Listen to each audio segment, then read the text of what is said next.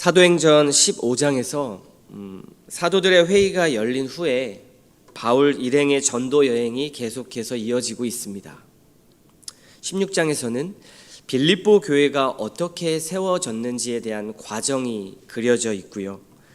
이제 17장에 와서는 바울 일행이 마케도니아 남부 지역에 있는 데살로니가에 도착했다라는 소식을 저희에게 전해주고 있습니다.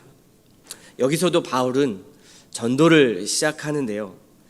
그는 늘 두 가지 방식으로 선교를 진행했습니다. 먼저는 회당에 가서 기도를 했고요. 그리고 그곳에 모인 사람들에게 복음을 전했습니다. 그는 복음을 전하는 자였기 때문에 당연하게도 그 자신도 늘 말씀이 이끄는 삶을 살았습니다. 기도와 전도가 습관이 된 삶을 살았습니다.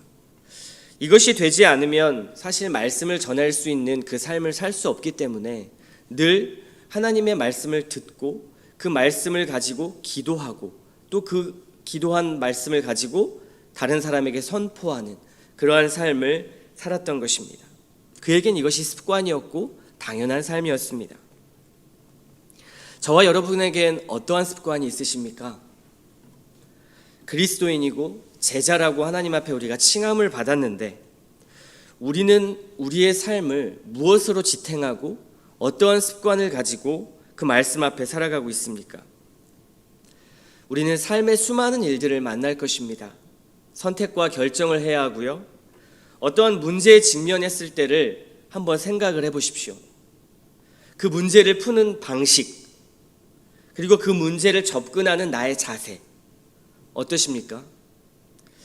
오늘 말씀을 통해서 내가 정말 말씀에 이끌리는 삶을 살고 있는지 아니면 세상적인 방식에 이끌리고 있는지를 한번 살펴보십시오. 하나님께서 우리를 무엇으로 이끄시는지 그리고 어떠한 방법으로 우리와 관계하시고 그리스도인답게 살게 하시는지를 오늘 말씀을 통해서 한번 살펴보기를 원합니다. 우리 1절을 함께 한번 읽어보도록 하겠습니다. 그들이 암비볼리와 아볼로니아로 다녀가 데살로니가에 이르니 거기 유대인의 회당이 있는지라. 바울은 회당 중심의 전도를 펼쳤습니다. 늘 기도와 함께 그곳에 모인 자들에게 복음을 전했죠. 2, 3절 말씀을 한번 보십시오. 바울이 자기의 관례대로 그들에게 들어가서 새 안식일의 성경을 가지고 강론하며 뜻을 풀어 그리스도가 해를 받고 죽은 자 가운데서 다시 살아나야 할 것을 증언하고 이르되 내가 너희에게 전하는 이 예수가 곧 그리스도라 하니. 바울은 데살로니가에 머무르면서 복음을 전했습니다.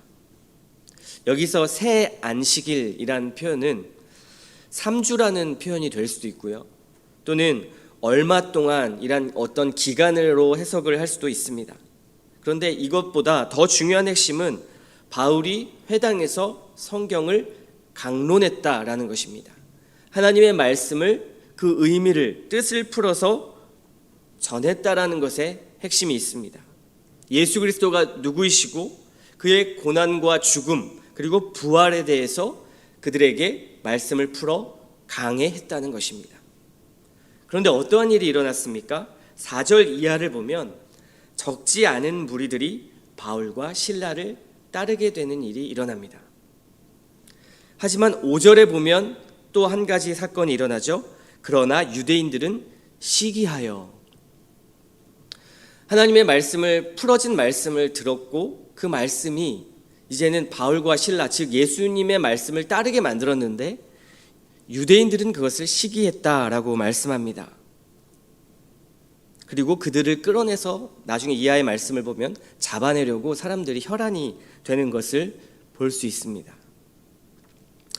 세상 사람들이 기독교인들에게 제일 싫어하는 것이 무엇일까요? 그들은 교회 다니는 사람들이 우리들끼리 교회 잘 다니고 신앙생활하는 것 별로 그것에 관심을 갖지 않습니다. 상관하지 않습니다. 다만 자신들과 그리스도인들이 다른 삶을 살고 그 삶이 자신들의 어떠한 삶에 대해서 어둠이라는 것을 증거할 때 그때 화가 나는 것입니다. 기독교인들에 대해서 자신이 어둠이라는 것을 들킬 때 그리스도인들의 삶을 보니까 내 삶은 어둠의 삶이고 바르지 않다는 삶을 보게 될 때 그때 그 사람들은 화가 나는 것입니다. 종교가 기독교라고 해도 자신들과 똑같이 살면 세상은 그들에게 뭐라고 하지 않습니다. 기독교인들에게 뭐라고 하지 않습니다. 무늬만 기독교지 사는 삶의 가치나 행동, 언어를 보면 자신과 똑같거나 자기보다 못하기 때문에 뭐 별로 그렇게 뭐라고 하지 않는 것입니다. 진정 그들이 미워하는 것은 그리스도인들이 자신들과 다른 대조적인 삶을 살기 때문입니다. 자신들의 삶이 어둠이라는 것을 증거하는 빛과 같은 그러한 삶을 살고 있는 그리스도인들이 싫은 것이죠. 오늘 말씀을 깊이 한번 보십시오. 성경이 강론되고 강해가 이루어지고 풀어서 전달될 때 어떠한 결과가 일어났습니까? 세상 세력들로부터의 저항을 받게 되었습니다. 왜 저항을 받았을까요? 그들이 과거에 따르던 헛된 것에서 이제는 진리와 예수님을 주인으로 삼는 삶, 나의 주제권은 이제 주님 앞에 있습니다 라는 고백을 분명히 만들어냈기 때문이고요. 그 고백은 이제는 예수님을 따르겠다는 그 제자의 삶을 살겠다는 그 길로 들어섰기 때문에 이러한 저항에 부딪히게 되는 것입니다. 세상 가치와 부딪히기 때문이고, 그리고 세상과 대조되는 모습이 그들에게 보여지기 때문에 그렇습니다. 그러므로 깊고 지속적인 성경 강해와 선포, 그 말씀이 들려지고 연구될 때에 참된 변화를 낳는다는 사실을 기억하십시오. 그 말씀이, 진리의 말씀이 내게 들려지고 풀어지고, 그리고 내가 그 말씀을 듣고 반응할 때 그때 참된 변화를 낳는다. 이것이 예수 그리스도가 나의 주인이 되는 것이고 그분의 말씀이 나를 이끄는 삶을 살게 되는 것입니다. 지금 본문은 그것을 강조하고 있습니다. 저와 여러분의 신앙은 단순한 삶의 안위를 보장받으려고 그렇게 가진 보험과 같은 것이 아니죠. 신앙은 실제입니다. 우리의 삶이고 우리의 생명입니다. 이것이 기독교의 본질입니다. 종교심만으로 자신의 틀 안에 하나님을 가두어 놓고 하나님을 내 인생에 이리저리 맞추어서 그렇게 살아가는 인간 중심이 아니라 하나님께서 우리를 이끄신다는 그 믿음을 가지고 나아가는 것이 신앙입니다. 즉 삶을 이끄시고 생명을 주시는 그 하나님의 말씀을 믿고 신뢰하며 곱씹는 것입니다. 우리는 말씀을 생명이라고 말하지요. 말씀을 들을 때 믿음이 생기고 말씀에 깊이 그 말씀이 내 안에 내재화돼서 그 말씀이 내 삶의 곳곳 모든 영역에 스며들어서 그 말씀의 능력과 힘을 경험할 때 아, 말씀이 나를 이끄는구나 라고 느낄 수 있습니다. 이것이 제자로서의 삶의 변화입니다. 말씀이 곳곳에 내 삶의 모든 영역을 지배하는 것. 곧 말씀이 나에게 선포되는 그 말씀이 감상용이 아니고요. 단순히 즐기는 것이 아니고요. 그 말씀이 나에게 내재화되는 것입니다. 내재화된 말씀만이 우리를 하나님이 원하시는 삶으로 이끌 수 있습니다. 여러분 변화되고 싶으시죠? 근데 잘 안 된다고 우리는 고백합니다. 왜 안 될까요? 말씀이 우리를 변화시킨다고 하는데 혹 말씀이 능력이 없어서 우리를 변화시키지 못하는 것일까요? 아니면 우리가 그 말씀을 제대로 받지 못해서일까요? 진정한 변화는 수동적으로 단순히 설교를 많이 듣는다고 그리고 감상한다고 오는 것이 아닙니다. 11절 말씀을 한번 보십시오. 베레아에 있는 사람들은 데살로니가에 있는 사람들보다 더 너그러워서 간절한 마음으로 말씀을 받고 이것이 그러한가 하여 날마다 성경을 상고함으로. 우리는 설교를 단순히 즐기는 사람들이 아닙니다. 맛집 찾아다니는 것처럼 인터넷 맛집 설교를 찾아다니며 그렇게 감상하는 사람들이 아니죠. 주님이 나의 영혼을 맡기신 그 교회와 그 교회 안에 말씀 맡은 자, 즉 영적 부모인 목회자의 입을 통해서 그 말씀이 들려질 때 그 말씀을 듣고 우리는 또다시 성경을 펼 수 있어야 합니다. 말씀 듣고 오늘 말씀 좋았어. 은혜 됐어. 단순히 그러한 차원이 아니라 이 말씀이 나에게 이런 말씀이었구나 라고 하면서 다시 성경을 펼 수 있는 그러한 상고가 있어야 된다는 것이죠. 다시 그 말씀을 상고하고 묵상하면서 그것을 지금 내가 처한 나의 환경과 나의 상황과 지금 나의 모든 삶 속에서 어떻게 살아낼까 고민하고 깊이 통찰해서 내재화시키는 사람들만이 변화될 수 있다는 것입니다. 말씀 앞에 우리가 매우 능동적이게 나가는 것이죠. 베레아 사람들은 그 말씀을 간절하게 받았습니다. 말씀을 들을 때 이 말씀이 이렇게 연결되는구나. 이래서 주님이 이렇게 말씀하셨구나. 이런 거구나. 지금 내 삶에 이렇게 말씀하시는구나 라는 것들을 확인했습니다. 내 삶과 계속 연결을 시키는 것이죠.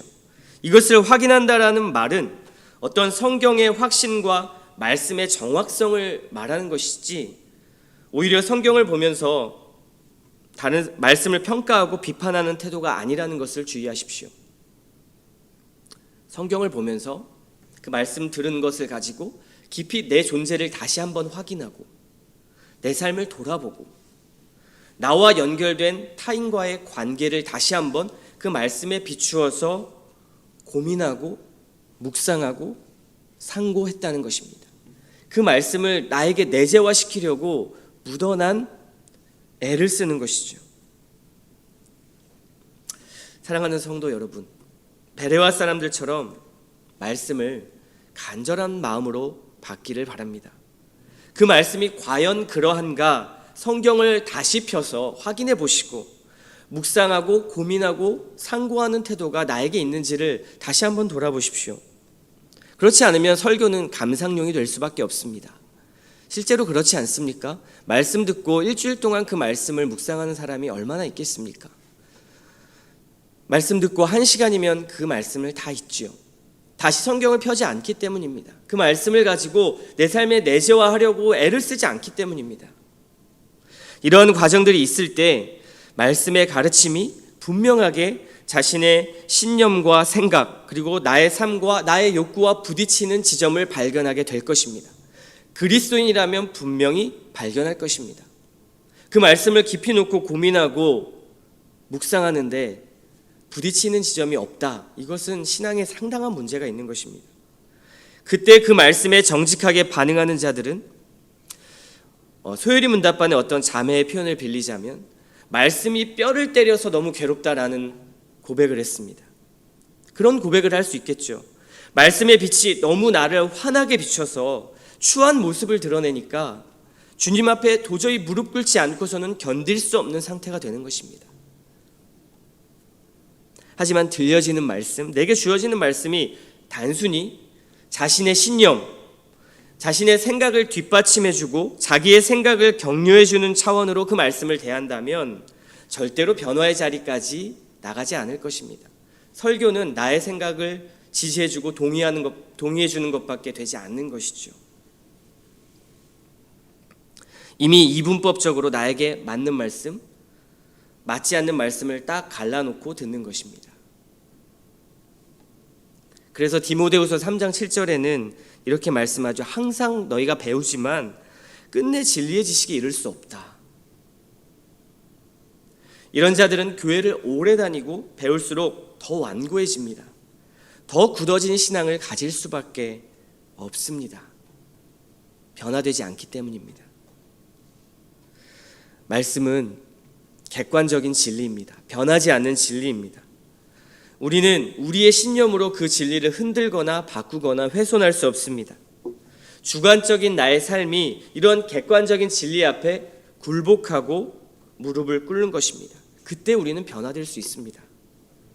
그래서 우리의 변화의 시작은 나의 신앙의 어떤 고정관념과 신념들, 즉 주님 이것만은 건드리지 말아주십시오. 이것만은 제가 절대 포기할 수 없습니다라는 것. 이것만은 제가 도저히 순종을 할 수 없겠습니다. 이것만은 좀 눈 감아 주십시오 라고 하는 이 아집과 고집의 부분들이 모두 그 말씀 앞에, 깊은 말씀의 통찰 앞에 무너질 때만이, 그때만이 변화가 일어날 수 있습니다. 그렇다면 오늘 말씀으로 비추어 볼 때 어떤 사람이 온전하며 바른 성숙으로 나아갈 수 있는 것입니까? 선포된 말씀, 들려진 말씀, 주어진 말씀을, 그 가르침을 스스로 확인하고 그것에 대해 깊이 상고하고 묵상하고 고민할 때, 그때 성숙할 수 있습니다. 즉 말씀을 확인하고 연구하고 깊은 묵상을 통해서 그 말씀이 나에게 내재화되는 것, 그때만이 우리는 변화를 경험할 수 있습니다. 그렇게 되면 어떠한 일이 일어날까요? 4절과 12절 말씀을 보니까요, 믿음이 일어납니다. 말씀이 살아 움직여서 나의 삶을 건드리기 때문에 믿음이 일어나는 것이죠. 예수께서 나의 주재권을 갖게 되는 것입니다. 그 삶을 말씀이 이끄시기 때문에 세상과 강한 이질감을 느끼게 되게 되고요, 세상의 길이 아닌 예수님이 걸으셨던 그 길을 따르게 되는 것입니다. 그 말씀이 지속적으로 나의 가슴 속에 와서 박히고 묵상될 때 열매를 맺겠죠. 열매를 맺게 되면서 성숙한 제자로 한 걸음 한 걸음 걸어가게 되는 것입니다. 바울은 늘 말씀을 읽고 듣고 묵상했습니다. 또 그 말씀을 나누며 토론도 했고요, 선포했습니다. 자신의 삶이 어떻게 하면 예수로 사는 삶을 살까 고민하면서 그 삶 자체가 신앙이었습니다. 이 영역은 가능하지만 저 영역만큼은 불가능해 라고 말하지 않았습니다.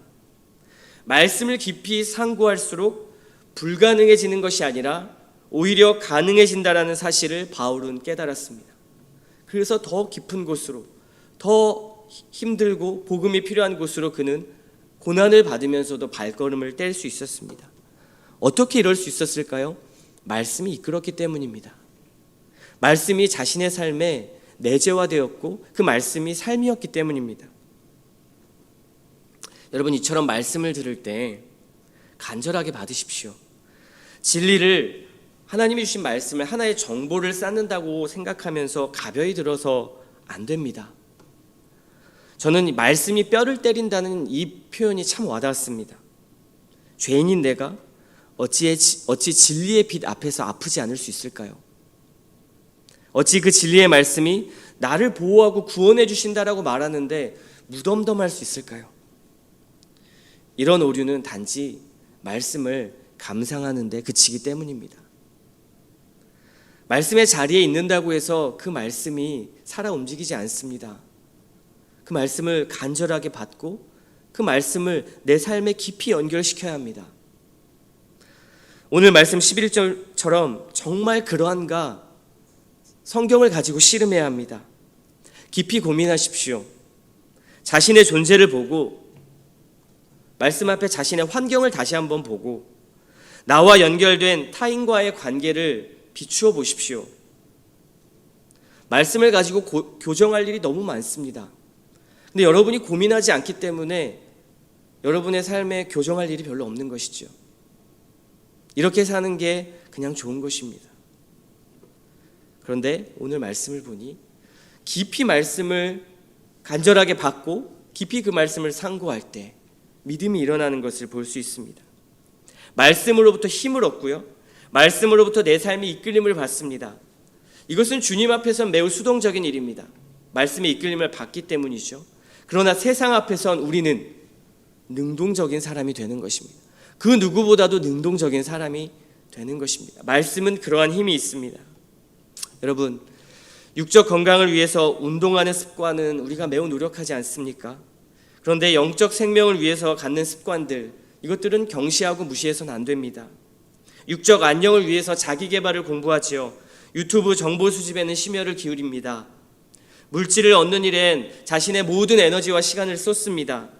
그러나 진짜 우리 삶을 이끄는 말씀에 대해서는 고민하고 묵상하고 치열하게 싸우는 일이 없습니다.